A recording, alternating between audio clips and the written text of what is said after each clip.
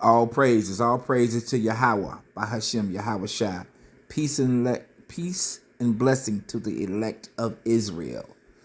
So, today, we're going to continue with our Lost Book series, and we'll be coming out of the book, The Testament of Issachar.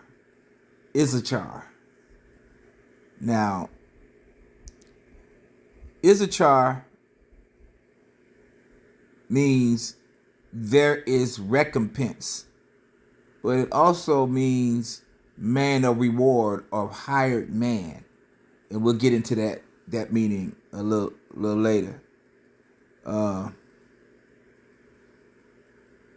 Issachar was the fifth son of Leah. We're going to read a little bit about Issachar. There's really not too much about Issachar as far as the word is concerned, but there's a little bit about him. So we're going to read about this particular patriarch in his tribe. So it says Issachar was Jacob's ninth son and ancestral of the 12 tribes of Israel. In Hebrew, Issachar means either man of reward or hired man. His name is associated with the circumstances of his birth. Issachar's mother was Leah, and after she gave birth to her fourth son, Judah, Leah stopped having children and was presumed to be barren. One day, her oldest son, Reuben, came across mandrakes in the field. And in folk medicine during those days, these flowering herbs were thought to enhance a woman's fertility. Reuben picked the mandrakes and brought them to his mother. Leah and her younger sister Rachel argued over the mandrakes, but finally came to an agreement. Leah would give Rachel some of the mandrakes as reward or payment for allowing Leah to sleep with their husband Jacob. That night, Leah became pregnant and later gave Jacob his fifth son, Issachar. Issachar played almost really no role in the family story. We know he fathered four sons, Tola, Puyah, Jashub, and Shimron. To escape the famine, Issachar joined Jacob in relocating his family to Egypt, where Issachar eventually died and was buried later. Later, his body was moved to Shechem with the rest of the patriarchs. Like his brothers, Issachar received a blessing from his father before Jacob's death. Issachar is a raw-boned donkey lying down amongst sheep pens. When he sees how good is his resting place and how pleasant is his land, he will bend his shoulder to the burden and submit to forced labor. The blessing seems more like a curse, possibly indicating that the tribe of Issachar was forced to work for a Canaanite king at some point. The territory of the tribe of Issachar described in Joshua chapter 19, verses 17 through 23, incorporated the fertile eastern section of the valley of Jezreel River, a western tributary of the Jordan, with Mount Tabor to the north and Jordan River to the east. Issachar shared a border and close connection with the tribe of Zebulun. This link is evident in the common blessings given by Moses before his death. About Zebulun, he said, "Rejoice, Zebulun, in your going out, and you, Issachar, in your tents. They will summon people to the mountain, and there offer the sacrifices of righteousness. They will feast on the abundance of the seas, on the treasures of hidden in the sands." Issachar was a large tribe. Its battle-ready men numbered over 54,000 in the first census taken in Numbers chapter 1, verse 29. By the time of the second census, it had increased to 64,000. During the reign of King David, Issachar's mighty men numbered almost 87,000. In the time of Judges, Issachar's tribe joined with Deborah and Baruch to defeat Jabin, the king of Hazor. Issachar's tribe came from Issachar's tribe came a later judge, Tola, as well as two kings of Israel, Baasha and his son Elah. As one of the northern tribes in the divided kingdom, Issachar was taken into captivity when the northern kingdom fell. So that's a little background on Issachar. So now we'll get into the lost book of Issachar. So Issachar, the fifth son of Jacob and Leah, the sinless child of hire for mandrakes, he appeals for simplicity. The copy of the words of Issachar. For he called his sons and said to them, Hearken, my children, to Issachar, your father.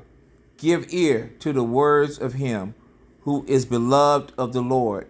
I was born the fifth son of Jacob by way of hire for the mandrakes.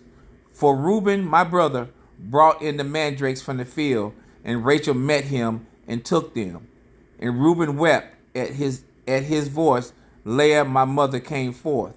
Now these mandrakes were sweet-smelling apples, which were produced in the land of Haram, below a ravine of water. And Rachel said, I will not give them to thee, but they shall be to me instead of children. For the Lord hath despised me, and I have not borne children to Jacob. Now there were two apples, and Leah said to Rachel, Let it suffice thee that thou hast taken my husband. Will I take these two, these also? And Rachel said to her, Thou shalt have Jacob this night for the mandrakes of thy son. And Leah said to her, Jacob is mine, for I am the wife of his youth. For Rachel said, Boast not and vaunt not thyself, for he espoused me before thee, and for my sake he served out my father's 14 years. And had not craft increased on the earth, and the wickedness of man prospered, thou wouldest not see the face of Jacob. For thou art not his wife, but in craft wert taken to him in my stead. And my father deceived me and removed me on that night, and did not suffer Jacob to see me. For had I been there, this had not have happened to him. Nevertheless, for the mandrakes, I am hiring Jacob to thee for one night. And Jacob knew Leah, and she conceived and bare me. And on account of the hire, I was called Issachar. Then appeared to Jacob an angel of the Lord, saying, 2 children shall Rachel bear, insomuch as she hath refused company with her husband, and have chosen continency. And had not Leah, my mother, paid the 2 apples for the sake of his company, she would have borne 8 sons. For this reason she bare 6, and Rachel bare the 2. For on account of the mandrakes the Lord visited her. For he knew that for the sake of the children she wished to company with Jacob, and not for the lust of pleasure. For on the morrow also she again gave up Jacob. Because of the mandrakes, therefore, the Lord hearkened to Rachel. For though she desired them, she kept them not, but offered them in the house of the Lord, presenting them to the priest of the Most High, who was at that time. When therefore I grew up, my children, I walked in uprightness of heart, and I became a husbandman for my father and my brethren, and I brought in fruit from the field according to their season. And my father blessed me, for he saw that I walked in rectitude before him, and I was not a busybody in my doing, nor envious or malicious against my neighbor. I never slandered anyone, nor did I censure the life of any man, walking as I did in singleness of eye. Therefore, when I was 35 years old, I took to myself a wife, for my labor wore away my strength, and I never thought upon pleasure with women. But owing to my toil, sleep overcame me, and my father always rejoiced in my rectitude, because I offered through the priest to the Lord all first fruits, then to my father also. And the Lord increased 10,000-fold his benefit in my hand, and also Jacob my father knew that power aided my singleness. For on all the poor and oppressed I bestowed the good things of the earth in a singleness of heart. And now hearken to me, my children, and walk in singleness of your heart, for I have seen in it all that is well pleased to the Lord. The single-minded man coveted not gold. He overreaches not his neighbor. He longeth not after manifold dainties. He delighted not in various apparel. He does not desire to live a long life, but only waiteth for the will of power. And the spirit of deceit have no power against him, for he looketh not on the beauty of a woman, lest he should pollute his mind with corruption. There is no envy in his thought, no malicious person maketh his soul to pine away, nor worry with insatiable desire in his mind. For he walketh in singleness of soul, and beholdeth all things in uprightness of heart, shunning eyes made evil through the error of the world, lest he should see to perversion of any of the commandments of the Lord. Keep therefore, my children, the law of power, and get singleness, and walk in guiltlessness, not playing the busybody with the business of your neighbor, but love the Lord and your neighbor. Have compassion on the poor and weak. Bow down your back unto husbandry, and toil and labor in all manner of husbandry offering gifts to the Lord with thanksgiving. For with the first fruits of the earth will the Lord bless you, even as he blessed all the saints from Abel even unto now. For no other portion is given to you than of the fatness of the earth, whose fruits are raised by toil. For our father Jacob blessed me with blessings of the earth and of the first fruit. And Levi and Judah were glorified by the Lord even among the sons of Jacob.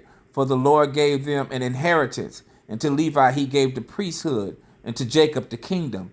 And do ye therefore obey them, and walk in the singleness of your father. For unto Gad hath it been given to destroy the troops that are coming upon Israel. Chapter 2.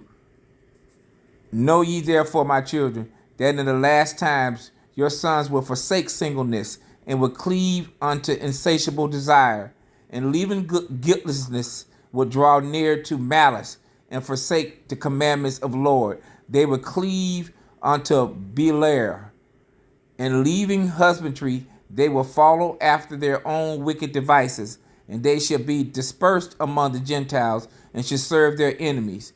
And do you therefore give these commands to your children, that if they sin, they may the more quickly return to the Lord, for he is merciful, and will deliver them, even to bring them back into their land. Behold, therefore, as ye see, I am 126 years old, and am not conscious of committing any sins. Except my wife, I have not known any woman. I never committed fornication by the uplifting of my eyes. I drink not wine to be led astray thereby. I coveted not any desired thing that was my neighbor's. Guilt arose not in my heart. I lied passed not through my lips. If any man was in distress, I joined signs with him. I shared my bread with the poor. I wrought godliness all my days, and I kept truth. I loved the Lord, likewise also every man with all my heart. So do you also these things, my children, and every spirit of Belial should flee from you. And no deed of wicked men shall rule over you, and every wild beast shall subdue, since ye have with you the power of heaven, earth, and walk with men in singleness of heart. And having said these things, he commanded his sons that they should carry him up to Hebron, and buried him there in the cave with his fathers. And he stretched out his feet and died at the good old age, with every limb sound, and with strength unabated. He slept the eternal sleep. All praises. I hope this was a blessing to you. I hope you take the time to listen to this video a couple times and meditate on it. And may the Lord bless.